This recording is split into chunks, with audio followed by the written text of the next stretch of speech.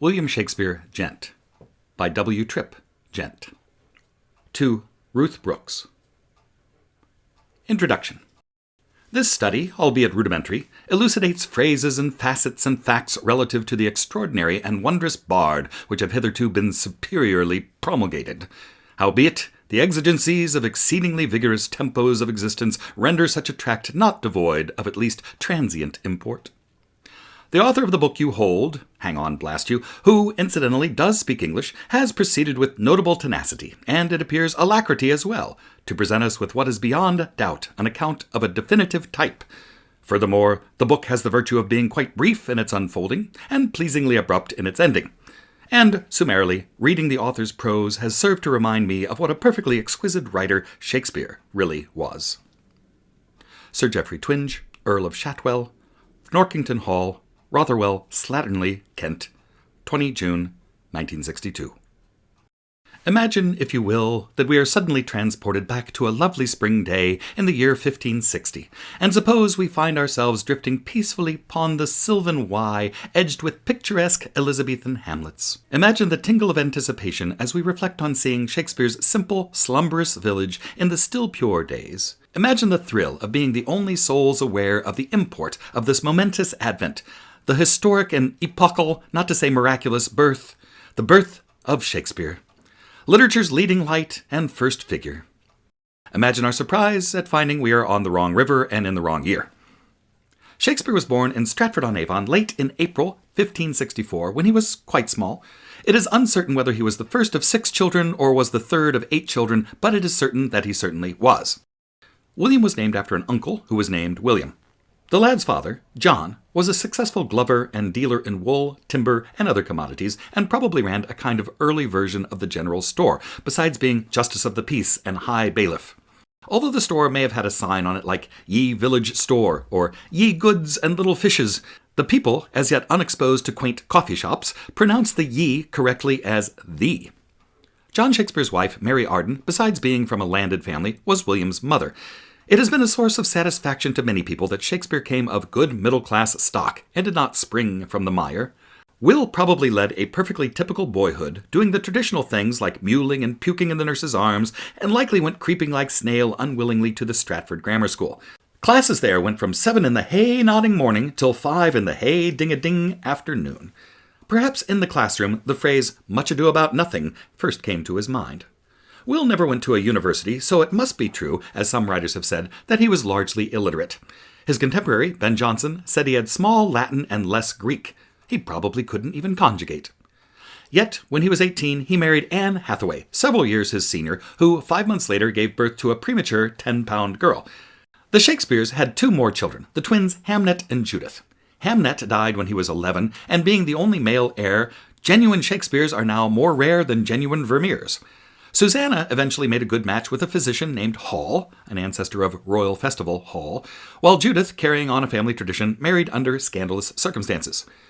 About 1586, Will went to London. Little of his life during this time is documented, but it is assumed that this was the period of his apprenticeship in the theatre world. What an exceedingly clever assumption. Ben Jonson was one of Will's admiring friends. He wrote that Shakespeare was indeed honest and of an open and free nature, had an excellent fancy, brave notions, and gentle expressions.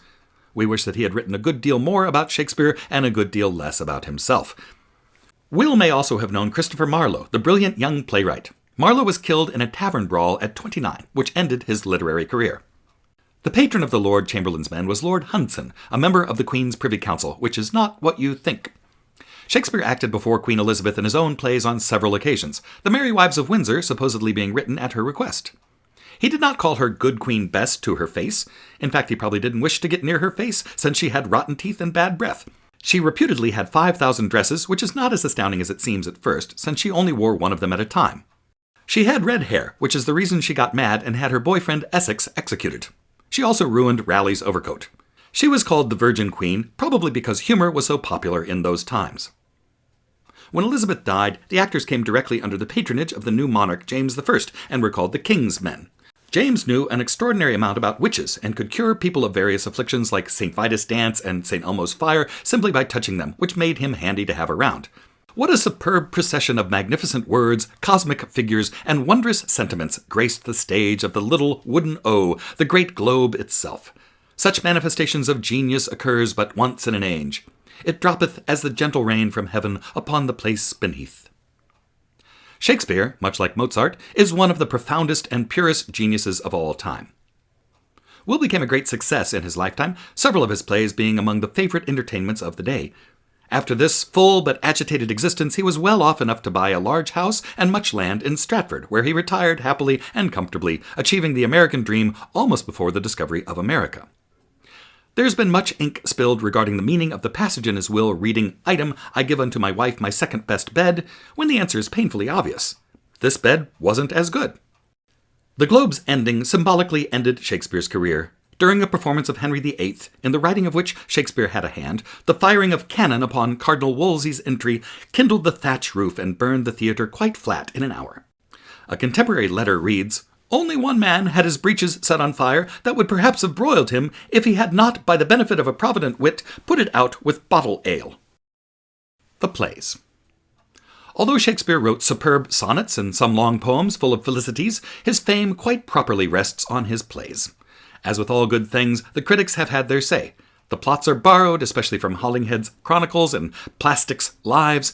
The plays are unoriginal in substance, they contain many factual errors, they contain excessive manipulation of language for its own sake, they are haphazard in form, they are poor in literary allusions, they are full of loose ends and creaking seams, they seem hastily improvised, they reek of the theatre.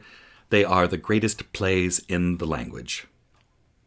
Still, we must be thankful, for scholarly research and critical commentary have greatly illuminated our knowledge and understanding of the man, the works, and the times. Two notable contributions are those of Robert Ripley, who mathematically calculated all the possible spellings of the word Shakespeare, and of Mark Twain, who calculated who broke wind in the presence of Queen Elizabeth. The modern editions of the plays are based on the early editions prepared by Shakespeare's friends, which are called The Court and the Foliage. Most of them, unfortunately, are full of gross inaccuracies. The earliest plays from his hands were historical ones, like the Henry VI series, which is about one damned quarrel after another, farces such as Kiss Me Kate, based on Plautus's Latin comedies, and melodramas based on the plays of Seneca, who was part Indian.